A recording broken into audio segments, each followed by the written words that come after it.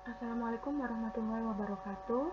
Selamat datang di mata kuliah Teknik Tenaga Listrik minggu pertama ya.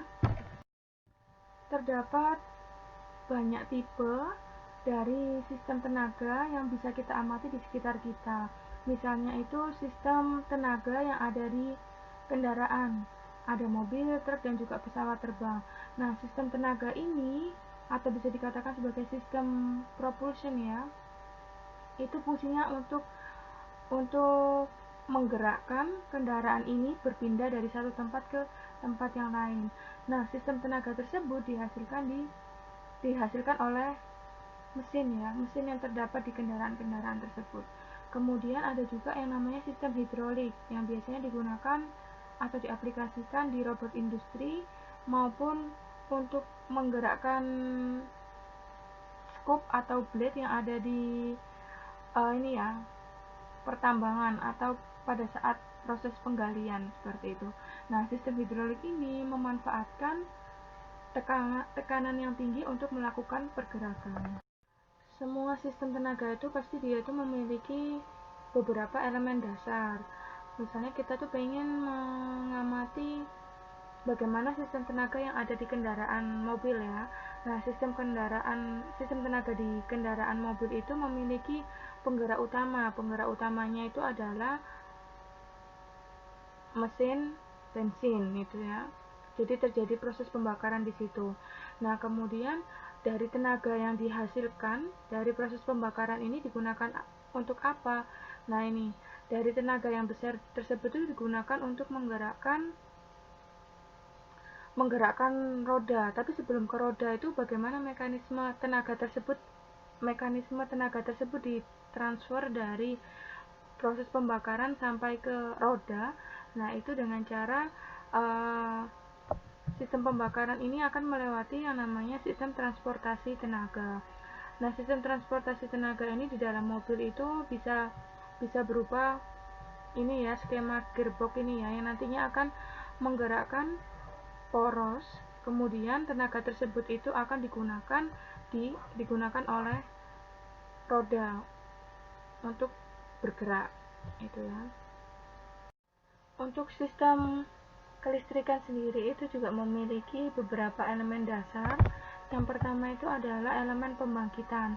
Nah, elemen pembangkitan ini digunakan untuk menghasilkan energi listrik yang dilakukan di dalam pembangkit. Nah, energi listrik ini dihasilkan oleh generator ya. Kemudian energi listrik ini akan disalurkan ke rumah-rumah penduduk. Nah, gimana caranya? Nah, energi listriknya itu akan melewati yang namanya saluran transmisi. Kemudian energi listrik itu kan pasti memiliki tegangan tertentu ya. Dia akan masuk ke dalam step up transformer untuk dinaikkan tegangannya. Fungsinya untuk apa dinaikkan tegangannya ini? Agar energi listrik ini memiliki tegangan yang sesuai pada saat dia itu mencapai daerah konsumen ya. Karena kan si energi listrik ini kan akan melewati saluran distribusi ya, sehingga untuk meminimalisir losses yang terjadi selama perjalanan tersebut, maka voltasenya itu perlu dinaikkan. Nah, kemudian pada saat sudah mendekati customer, itu tegangannya itu akan diturunkan, disesuaikan dengan berapa beban yang ada di customer tersebut. Ya, saya tadi kan sudah menceritakan tentang adanya saluran transmisi dan saluran distribusi. Nah, untuk di saluran transmisi itu nilai tegangannya atau voltasenya itu lebih tinggi ya. Kemudian pada saat masuk ke dalam rumah penduduk, itu nilai tegangannya itu akan diturunkan. Nah, antara transmisi ke beban itu energi listrik itu akan dikirim melalui saluran distribusi. Nah, saluran distribusi itu memiliki tegangan yang berada di range antara tegangan transmisi dan tegangan beban. Energi dan tenaga itu merupakan sesuatu yang berbeda ya. Jadi berikut ini adalah satuan yang digunakan untuk mendeskripsikan energi dan power. Nah, ini satuan yang digunakan ini dalam satuan SI. Kalau untuk satuan energi itu adalah Joule. Joule itu merupakan energi yang dihasilkan dengan cara mendorong sebesar 1 Newton sepanjang 1 meter. Kemudian untuk satuan yang lain itu adalah kalori. Jadi kalori ini adalah panas yang digunakan untuk memanaskan 1 gram air dengan kenaikan temperatur sebesar 1 degree Celcius. Nah, untuk satuan dasar dari tenaga itu adalah watt. Nah, watt ini bisa dituliskan 1 joule per second atau bisa didefinisikan sebagai volt ampere. Itu ya. Kemudian ada juga yang namanya kWh. Nah, kalau kWh itu berarti ini adalah satuan energi yang setara dengan 1 kWh dari tenaga yang digunakan selama 1 jam. Ini ya. Jadi kWh itu sama dengan 3600 kJ. Nah, di pembangkit ini juga ada satuan khusus. Biasanya menggunakan satuan BTU, British Thermal Unit ya, untuk mendeskripsikan panas yang digunakan di dalam power plant ini. Jadi BTU ini merupakan atau menunjukkan seberapa besar panas yang dimanfaatkan untuk menaikkan satu pon air dengan kenaikan temperatur sebesar 1 derajat Fahrenheit. Ini 1 BTU itu sama dengan 0,252 kg kalori atau sama dengan 1054 joule. Itu ya. Jadi kalau dilihat dari satuannya ini kira-kira dia masuk ke satuan tenaga atau satuan energi. Berarti dia masuk ke dalam satuan energi ya. Sumber dari tenaga listrik. Ada 2 cara yang digunakan untuk menghasilkan energi listrik ya. Bisa menggunakan generator atau bisa juga menggunakan direct conversion atau konversi secara langsung. Nah, untuk generator ini digerakkan oleh penggerak utama. Kalau misalnya kalian amati di ini ya, di gambar ini adalah pembangkit listrik tenaga uap. Nah, generatornya itu digerakkan oleh siapa? Ya, kalian lihat komponen sebelum generator ya. Di sini ada turbin. Nah, turbin ini yang menggerakkan generator sehingga dia bisa menghasilkan energi listrik. Nah, kemudian untuk yang direct conversion itu seperti apa? Nah, ini direct conversion itu maksudnya adalah energi listriknya itu langsung didapatkan dari sumber utama. Misalnya dari matahari atau dari yang namanya fuel cell ini ya. Seperti itu. Jadi keluaran langsung dari alat ini itu adalah berupa energi listrik. Nah, bedanya apa dengan yang ini? Bedanya itu si generator ini nggak bisa dia menghasilkan energi listrik secara langsung kalau tidak ada penggerak utama sebelumnya. Tapi kalau yang dikonversi langsung ini, setelah dia mendapatkan energi, misalnya energi dari matahari, dia bisa langsung menghasilkan energi listrik. Ini ya, ini sedikit gambaran bagaimana listrik itu dihasilkan dari sebuah pembangkit. Nah, kalau kalian amati di sini, ini adalah pembangkit listrik tenaga uap. Itu ya, taunya dari mana? Taunya itu adalah dari ini. Dari komponen ada boiler, kemudian ada turbin, kondensor, dan juga ada pompa. Nah, boiler ini digunakan untuk memanaskan air yang sudah dipompa ke dalam boiler. Kemudian air tersebut itu akan menjadi uap yang nantinya dia akan menggerakkan sudut-sudut turbin ini ya. Nah, sudut turbin yang bergerak ini karena gerakannya itu karena adanya putaran tersebut, maka putaran tersebut itu bisa menggerakkan yang namanya poros ini ya. Nah, porosnya ini karena dia itu berkaitan juga dengan generator, dipasangkan dengan generator juga ya, sehingga generator ini akan menghasilkan energi listrik. Nah, bagaimana uap-uap yang sudah digunakan untuk memutar sudut-sudut turbin ini, maka uap-uap yang telah terpakai ini akan masuk ke dalam kondensor untuk didinginkan. Nah, apa yang terjadi pada proses pendinginan tersebut? Maka uap-uap tersebut akan mengalami pengembunan ya, sehingga akan didapatkan titik-titik air ya, yang nantinya akan dipompa kembali menuju ke boiler. Ini. Nah, dalam proses pembakaran di boiler sendiri itu dia itu akan melakukan pembakaran atau akan membakar yang namanya bahan bakar ya, bisa berupa batu bara atau bisa berupa gas alam. Ini adalah proses konversi yang terjadi di dalam mesin yang ada di pembangkit ya.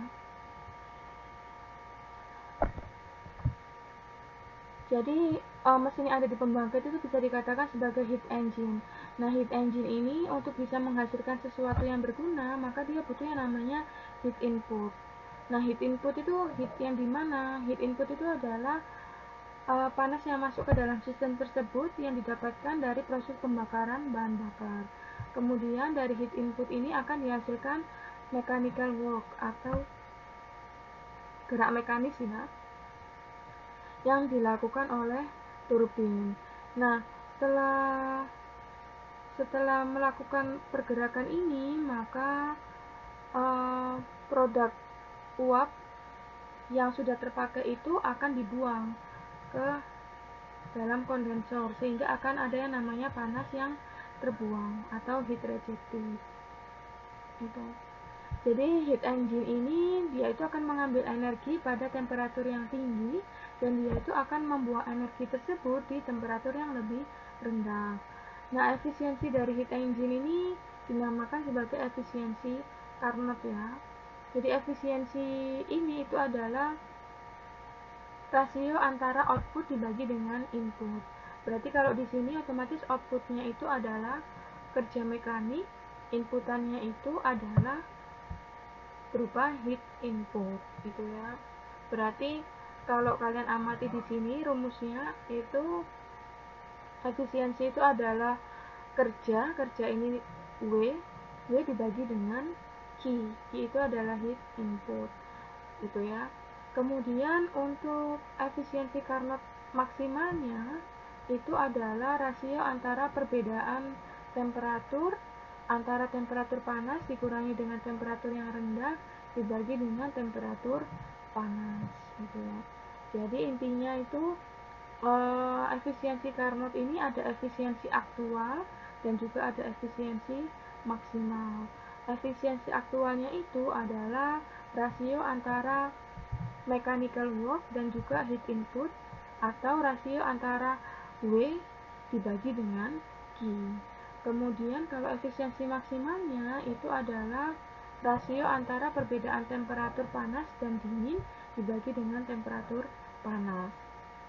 Nah, untuk mencapai jadi dalam keadaan sehari-hari ya, dalam kondisi aplikasinya itu tidak mungkin efisiensi aktual itu melebihi dari efisiensi maksimalnya.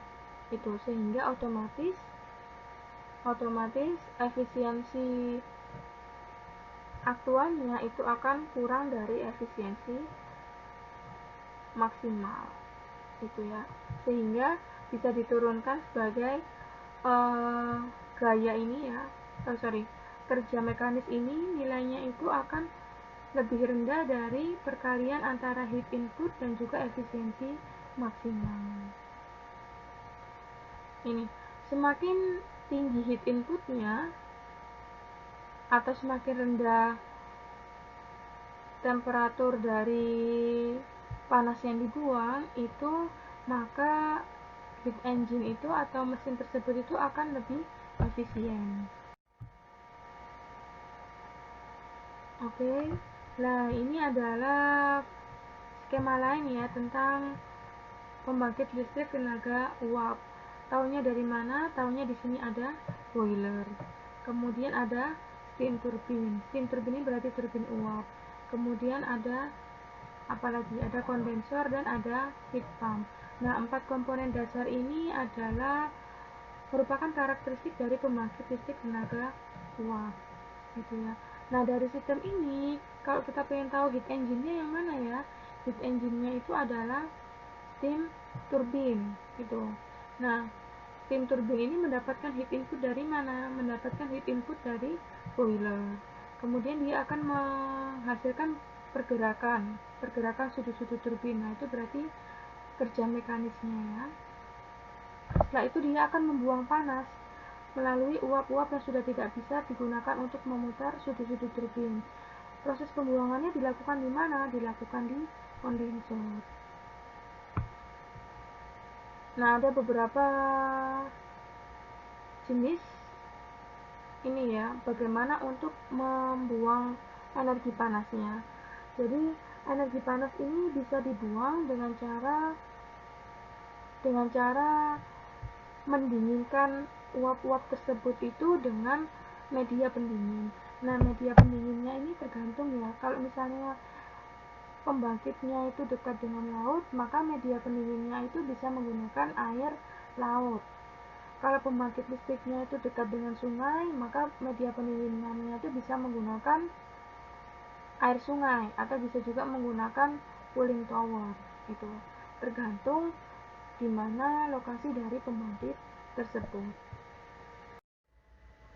Ya, pada saat listrik itu diproduksi, itu kan prosesnya itu melibatkan pembakaran bahan bakar. Nah, pembakaran bahan bakar ini memiliki dampak negatif terhadap lingkungan.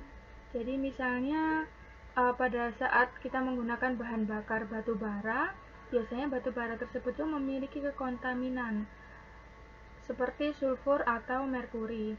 Nah, sulfur dan merkuri ini memiliki efek yang buruk terhadap lingkungan. Walaupun jumlahnya itu sangat sedikit, tapi merkuri ini beracun ya. Jadi ketika batu bara itu mengandung merkuri dan batu bara tersebut dibakar, maka si merkuri ini akan muncul di gas hasil pembakaran maupun di abu ya, abu bekas abu dari hasil proses pembakaran atau biasanya dikatakan sebagai fly ash atau debu. Itu. Nah, bahayanya kalau debu ini masuk ke dalam suatu ekosistem yang ada di lingkungan, misalnya masuk ke dalam ekosistem air laut, maka akan mengganggu ekosistem tersebut ya, karena ikan-ikan itu akan mengkonsumsi kontaminan tersebut. Itu. Nah, kalau misalnya kol ini mengandung sulfur oksida dan juga nitrogen oksida, maka zat kontaminannya akan bereaksi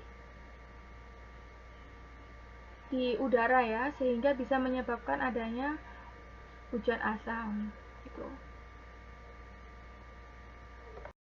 Berikutnya adalah pembangkit listrik tenaga nuklir. Pembangkit listrik tenaga nuklir itu menggunakan siklus termodinamika yang sama dengan pembangkit listrik berbahan bakar fosil lainnya. Nah, kalau kita bandingkan ya dengan pembangkit listrik tenaga uap yang sebelumnya saya jelaskan itu, yang membedakan di sini itu adalah bahan bakarnya. Kalau sebelumnya pembangkit listrik tenaga uap itu menggunakan bahan bakar batu bara ataupun gas alam ya untuk menghasilkan panas. Sementara kalau di pembangkit listrik tenaga nuklir ini, dia itu memanfaatkan reaksi pembelahan dari atom uranium. Nah, reaksi tersebut itulah yang bisa menghasilkan panas, yang kemudian itu bisa mengubah air menjadi uap. Nah, kemudian ini ya, karena lingkungan untuk mengatur atau untuk mengontrol material yang membawa air bertekanan tinggi itu susah untuk dilakukan, sehingga temperatur akhir dari fluida ini itu tidak bisa setinggi yang ada di pembangkit listrik tenaga uap. Sehingga efisiensi termalnya itu sedikit lebih rendah dibandingkan pembangkit listrik tenaga uap. Kemudian yang membedakan lagi itu adalah emisinya. Kalau emisi di pembangkit listrik tenaga uap itu mengandung karbon ya, bisa CO2, NO, seperti itu. Tapi kalau di nuklir ini tidak ada emisi karbon yang dihasilkan. Walaupun tidak ada emisi karbon yang dihasilkan dari proses pembangkitan listrik di pembangkit listrik tenaga nuklir ini, namun ada produk samping yang cukup berbahaya. Karena apa? Karena produk ini itu mengandung radioaktif ya, seperti itu. Nah, plutonium yang ada di bekas bahan bakar itu bisa menyebabkan nuklir itu mengalami ledakan. Nah, dari beberapa literatur itu masih terdapat banyak debat ya, bagaimana atau apa yang bisa dilakukan untuk mengolah dari bahan bakar sisa ini. Sementara ini sih biasanya bahan bakar sisa itu hanya disimpan saja, itu ya, disimpan sementara di pembangkit tersebut. Berikutnya adalah pembangkit listrik tenaga air. Sesuai dengan namanya, maka pembangkit ini memanfaatkan air ya. Nah, caranya bagaimana? Caranya itu adalah dia menggunakan turbin air yang diputar dengan poros yang sama dengan generator, seperti itu. Jadi pada saat air itu masuk ke dalam area sini, maka air tersebut itu bisa memutar turbin. Nantinya turbin yang berputar itu akan memutar poros dan generator akan ikut berputar. Besarnya energi listrik yang dihasilkan dari proses ini itu bisa dihitung dengan menggunakan rumus ini ya. Raw water kali G kali H kali V dot kalikan efisiensi turbin, di mana raw waternya itu adalah densitas, G itu percepatan gravitasi, H itu adalah ketinggian air ya. Misalnya airnya itu berasal dari titik ini, maka ketinggiannya itu adalah dari titik sini sampai ke sini ya. Nah itu. Kemudian P dot itu adalah aliran volume air. Kemudian efisiensi T itu adalah efisiensi dari turbin. Nah, berikutnya ada pembangkit listrik tenaga angin. Ya, sama juga ya dengan sebelumnya, bahwasanya dia itu juga memanfaatkan gerakan dari sumber lain. Kalau yang sebelumnya itu ada sumber yaitu berupa uap air, kemudian berupa air. Nah, ini itu berupa angin. Itu. Nah, pembangkit listrik ini itu dikatakan memiliki pertumbuhan yang cukup pesat ya. Kemudian power yang dihasilkan dari turbin angin ini itu bisa dicari dengan menggunakan rumus ini. P sama dengan setengah kali CP kali rho air dikali A kalikan U pangkat 3. Rho-nya itu adalah densitas air, U adalah velocity atau kecepatan air, setengah P dikalikan setengah rho dikalikan U ini adalah energi kinetiknya, dan CP-nya itu adalah koefisien power. Sumber energi listrik yang lain itu adalah berasal dari sinar matahari ya. Nah, radiasi dari sinar matahari itu ternyata menghasilkan potensi 1 kW per meter kuadrat ya, dari semua belahan bumi, seperti itu. Nah, ada dua jenis proses pembangkitan listrik dari energi surya ini. Yang pertama adalah dengan menggunakan heat engine. Nah, heat engine ini skemanya hampir sama ya dengan pembangkit listrik yang berbasis bahan bakar fosil. Jadi ini sinar matahari ini akan diterima oleh heliostat, kemudian dari heliostat ini akan dipantulkan ke solar receiver, kemudian di dalam solar receiver ini akan ada pipa penukar panas ya. Jadi yang masuk ke sini itu pipa warna biru, ini berarti menunjukkan bahwasannya suhu fluidanya masih dingin ya. Kemudian setelah melewati solar receiver ini suhunya meningkat, kemudian masuk ke dalam hot fluid storage atau penyimpanan fluida panas itu. Nah, pada saat dia masuk ke dalam heat exchanger-nya ini akan ada air yang masuk ke heat exchanger juga, sehingga air yang masuk ke dalam sini akan mengalami pemanasan ya. Kemudian dia akan bisa menjadi uap di atasnya ini. Kemudian uap tersebut akan masuk ke dalam steam turbine. Oke, berikutnya cara yang kedua yang bisa dilakukan untuk menghasilkan energi listrik itu adalah dengan memanfaatkan sel fotovoltaik ya. Jadi dengan memanfaatkan sel fotovoltaik ini, maka tidak akan ada emisi yang dihasilkan. Tidak ada emisi karbon maupun tidak ada emisi suara yang dihasilkan seperti yang ada di pembangkit listrik tenaga angin. Nah, untuk konsepnya ini sama persis seperti yang di mata kuliah material sains dan teknik ya. Jadi sel fotovoltaik ini disusun atas bahan semikonduktor tipe P dan juga tipe N yang nantinya akan ada perpindahan elektron sehingga dihasilkan medan listrik ya, seperti itu. Oke, yang terakhir, nah ini ada tugas dari saya. Yang pertama itu coba kalian buat laporan tentang pembangkit yang ada di Indonesia. Jelaskan satu aja, kemudian coba tuliskan tipe power plant-nya itu apa, lokasinya di mana, dan prinsip kerjanya seperti apa. Nah, itu diketik di A4, Times New Roman 12, fontnya 12, dan 1,5 line spacing-nya.